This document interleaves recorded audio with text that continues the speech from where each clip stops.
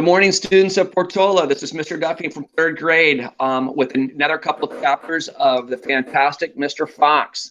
I have a number of students who are with me live, and then I hope some of you are also catching up to speed with me watching from the Portola Library website. So we're on to chapter 11, which is a surprise for Mr. Fox. Oh, a surprise for Mrs. Fox. The small fox ran back along the tunnel as fast as he could, carrying the 3 plump hens. He was exploding with joy. Just wait, he kept thinking. Just wait till Mommy sees these. He had a long way to run, but he never stopped once on the way, and he came bursting in upon Mrs. Fox. Mommy, Mommy, he cried out a breath. Look, Mommy, look, wake up and see what I brought you. Mrs. Fox, who was weaker than ever now from lack of food, opened one eye and looked at the hens.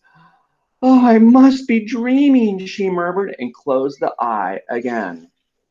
Here's the picture of, remember they broke in and stole those 3 chickens, and the mom is starving because the foxes are all stuck in the hole. You're not dreaming, Mommy. They're real chickens. We're saved. We're not going to starve. Mrs. Fox opened both eyes and sat up quickly. My dear child, she cried, where on earth? Bogus's chicken house number 1, sputtered the small fox. We tunneled right up under the floor, and you've never seen so many big, fat hens in all your life. And Dad said to prepare this for a feast. They'll be back soon. The sight of food seemed to give new strength to Mrs. Fox. A feast it shall be, she said, standing up. Oh, what a fantastic fox your father is. Hurry up, child, and start plucking those chickens. Far away down the tunnel, the fantastic Mr. Fox was saying, now for the next bit, my darlings. This one will be easy as pie. All we have to do is dig another little tunnel from here to there. To where, Dad? Don't ask so many questions. Just start digging. Ooh, I wonder where those foxes are digging next. I bet they're going for more food.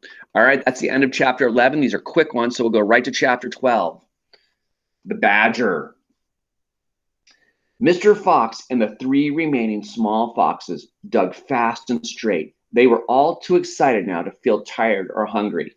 They knew they were going to have a whacking great feast before long, and the fact that it was none other than Bogus's chickens they were going to eat made them chortle with laughter every time they thought of it.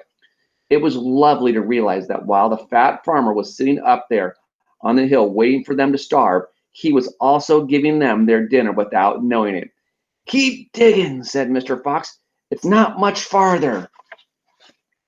All of a sudden, a deep voice above their heads said, Who goes there? The foxes jumped. They looked up quickly. They saw, peeking through a small hole in the roof of the tunnel, a long, black, pointed, furry nose. I'll show you the little picture of him.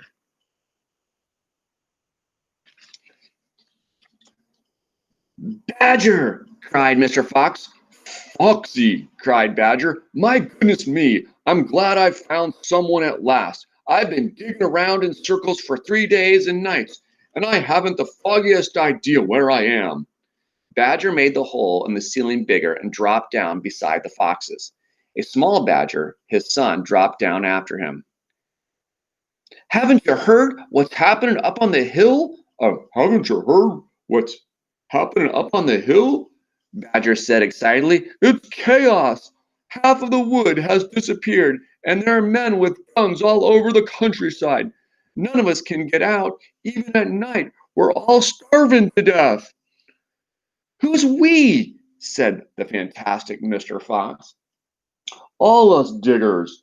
That's me and Mole and Rabbit and all our wives and children. Even Weasel, who can usually sneak out in the tightest spots, is right now hiding down my hole with Mrs. Weasel and 6 kids. What on earth are we going to do, Foxy? I think we're all finished. Mr. Fox looked at his 3 children, and he smiled. The children smiled back at him, sharing his secret. My dear Miss Old Badger, he said, this mess you're in is all my fault. I know it's your fault, said Badger furiously, and the farmers are not going to give up till they've got you. Unfortunately, that means us as well.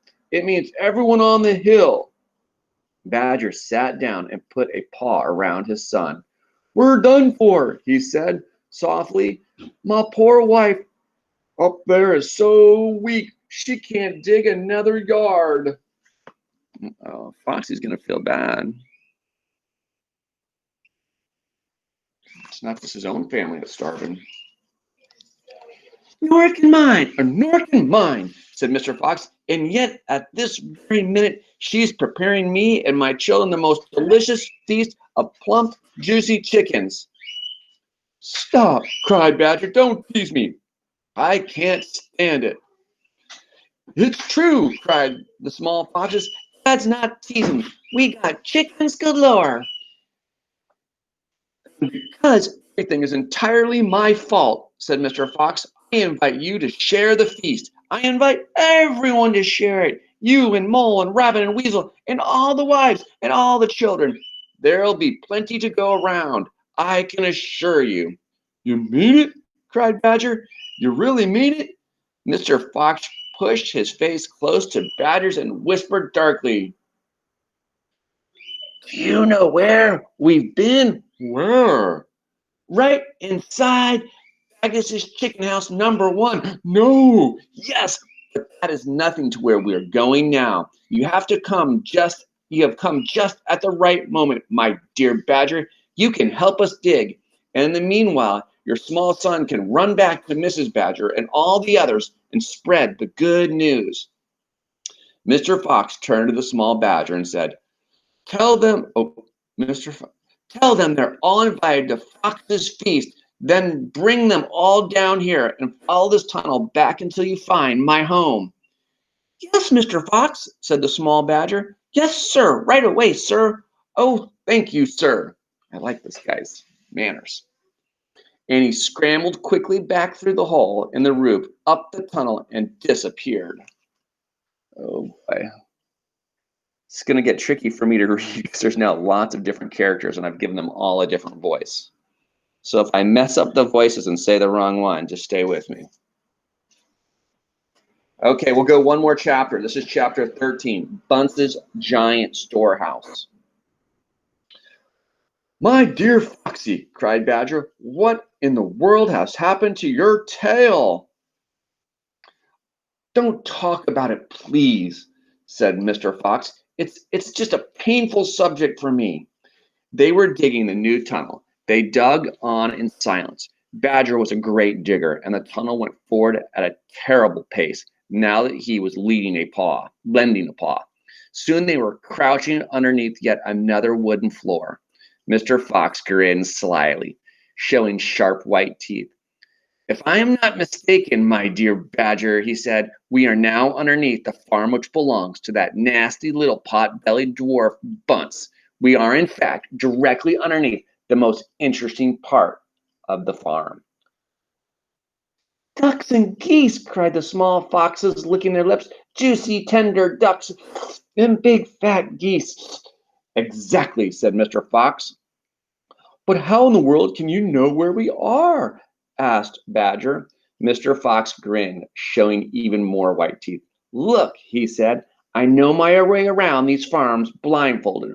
For me, it's just as easy below ground as it is above it. He reached high and pushed up one wooden floorboard, then another. He poked his head through the gap. Yes, he shouted, jumping up into the room above. I've done it again. I've hit it smack on the nose, right on the bullseye. Come and look. So look, there's the floorboards. Mr. Fox. All right. Holy, what a great picture. Quickly, Badger and the three small foxes scrambled up after him. They stopped and stared. They stood and gaped. They were so overwhelmed they couldn't speak, for what they now saw was a kind of fox's dream, a badger's dream, a paradise for hungry animals. You guys want to see the picture? Whoa.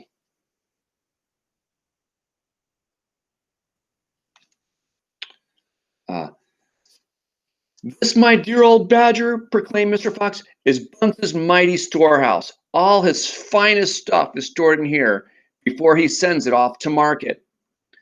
Against all the four walls of the great room, stacked in cupboards and piled upon shelves reaching from floor to ceiling, were thousands and thousands of the finest and fattest ducks and geese, plucked and ready for roasting. Above and up above, dangling from the rafters, there must have been at least 100 smoked hams and 50 sides of bacon. Just feast your eyes on that, cried Mr. Fox, dancing up and down. What do you think of it, eh? Pretty good grub. Suddenly, as though springs had been released to their legs, the three hungry small foxes and the ravenous hungry badger sprang forward to grab the luscious food. Stop, ordered Mr. Fox.